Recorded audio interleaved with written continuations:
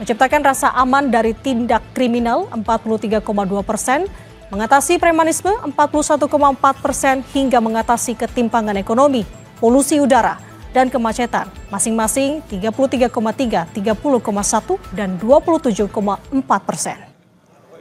Survei melalui wawancara tatap muka ini diselenggarakan Litbang Kompas dari tanggal 10 hingga 14 Juni 2025. Sebanyak 400 responden dipilih secara acak menggunakan metode pencuplikan sistematis bertingkat di Provinsi Jakarta.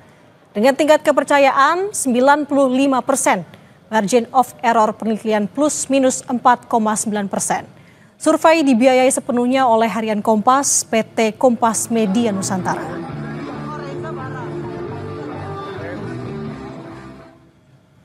Kita lihat data hasil survei penilaian kepuasan unit kerja gubernur dan wakil gubernur Jakarta, saudara. Dalam diagram berikut, tampak total kepuasan 71,3%. Responden menyatakan puas dan sangat puas. Sementara 24,2% menyatakan tidak puas. 2% sangat tidak puas dan 2,4% tidak tahu atau tidak menjawab. Survei Litbang Kompas juga merilis penilaian kepuasan kinerja di berbagai bidang untuk kinerja gubernur dan wakil gubernur Jakarta. Sementara di 10 data terbawah yang di-highlight, Litbang Kompas soal tingkat kepuasan responden menyatakan rendahnya kinerja gubernur dan wakilnya dalam mengatasi 10 persoalan, seperti penyediaan tempat parkir 55,3%, menanggulangi banjir 54,7%, menertibkan bangunan liar 49,2%, mengatasi penumpukan sampah dan limbah 48,7%, menciptakan rasa aman dari tindak kriminal 43,2%, mengatasi premanisme 41,4%, hingga mengatasi ketimpangan ekonomi, polusi udara, dan kemacetan masing-masing 33,3, 30,1, dan 27,4%. Berikutnya saudara, ada data hasil survei persoalan yang perlu diselesaikan oleh Pemprov Jakarta. Persoalan yang mendesak diselesaikan menurut responden adalah macet, banjir, lapangan kerja juga pengangguran, polusi, dan masalah sampah. Dan untuk membahas tentang survei kepuasan publik tentang kinerja Pramono Rano, kita sudah bersama dengan peneliti Litbang Kompas, Mas Rangga Eka Sakti, yang sudah bersama kami pagi hari ini di studio Kompas TV. Selamat pagi Mas Rangga. Selamat pagi Mbak. Oke, kita akan bahas beberapa hal tentunya, tapi yang utamanya bisa dijelaskan terlebih dahulu terkait dengan survei ini, metode surveinya seperti apa sampai dengan indikatornya.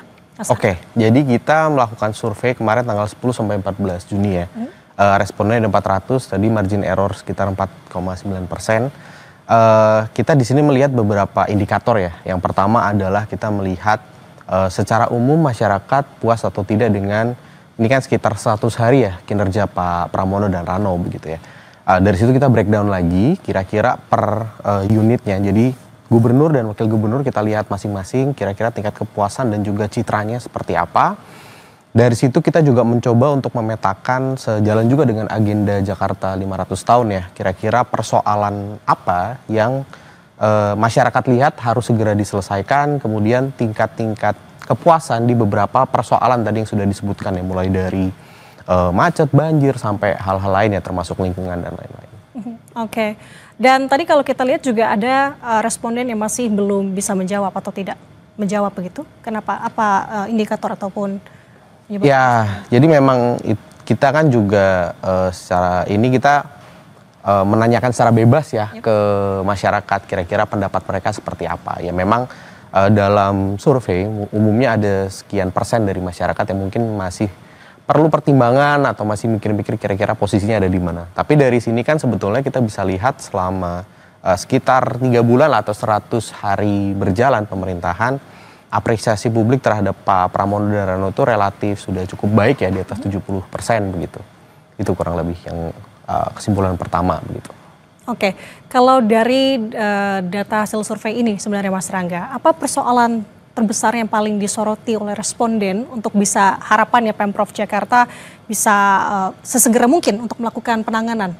Ya, tadi kalau kita lihat ini kan dari dua sisi ya, dari masyarakat. Pertama kira-kira tingkat kepuasannya seperti apa dalam beberapa indikator, dan kira-kira persoalan apa yang paling urgent untuk segera diselesaikan oleh pemerintah provinsi begitu. Dan kurang lebih sih ada beberapa poin yang sama ya, dan kita lihat juga ini adalah persoalan laten yang dihadapi oleh Pemprov DKI, baik yang sekarang dan juga yang sebelum-sebelumnya begitu. Termasuk soal macet, banjir gitu, sampah ya, pengelolaan lingkungan, kemudian polusi, dan yang mungkin yang agak sedikit baru ya itu mengatasi premanisme dan soal lapangan pekerjaan, itu mungkin yang agak ini. Tapi secara umum ini persoalan-persoalan laten gitu yang sudah terjadi lebih dari 10-15 tahun gitu di Jakarta.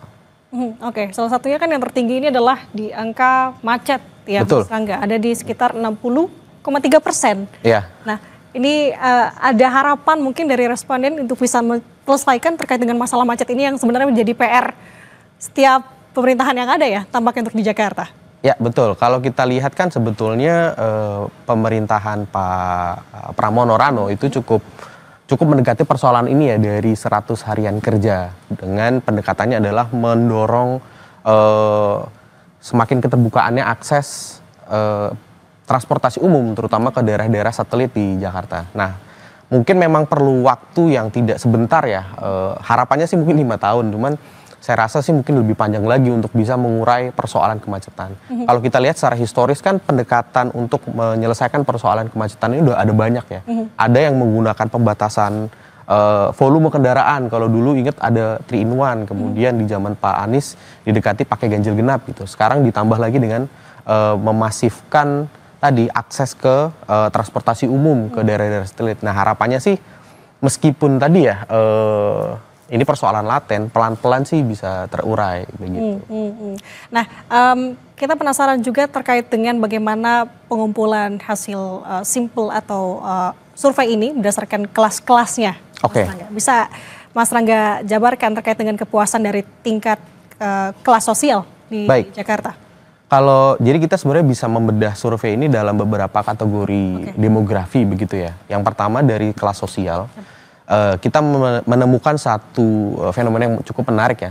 Jadi di semua demografi, karena tadi ya hasilnya cukup tinggi ya, kepuasannya 70%. Kalau di breakdown di gubernur dan wakil gubernur itu agak sedikit berbeda ya. Pak Pramono agak lebih tinggi di sekitaran 64%, sedangkan Pak Rano Karno itu di 57,5%. Tapi pada intinya mayoritas kan puas. Sama halnya kalau kita lihat dari segi tadi kelas sosial, bawah, menengah atas. Secara umum memang mayoritas tuh menyatakan kepuasannya begitu. Tapi kita melihat ada tendensi semakin tinggi kelas sosialnya itu semakin dari menengah bawah, atas sampai atas itu dia semakin tinggi tingkat ketidakpuasannya. Nah, ini kita bisa melihat ya bahwa mungkin selama 100 hari terakhir itu Pak Pramono Rano itu lebih fokus mendorong kerja-kerja di bidang yang langsung berkaitan dengan masyarakat yang kelas bawah dan menengah bawah gitu misalnya. Sedangkan persoalan-persoalan yang mungkin lebih terkait dengan kelas menengah atas, misalnya tentang kemudahan dalam berusaha, kemudian mengatasi tadi ya premanisme gitu misalnya yang sering bersentuhan begitu kan ya. Dan soal keamanan itu masih perlu untuk terus didorong, gitu. Perlu dirangkul juga nih masyarakat di kelas menengah atas. Itu kalau dari tadi ya kelas sosial. Kelas sosial. Dan kalau untuk usia? Kalau untuk usia ini juga menarik ya. Jadi kalau kita lihat itu dari yang paling muda Gen Z sampai yang generasi baby boomers itu ada sedikit variasi. Tendensinya sama ya, secara umum itu puas, mayoritas di atas 50%.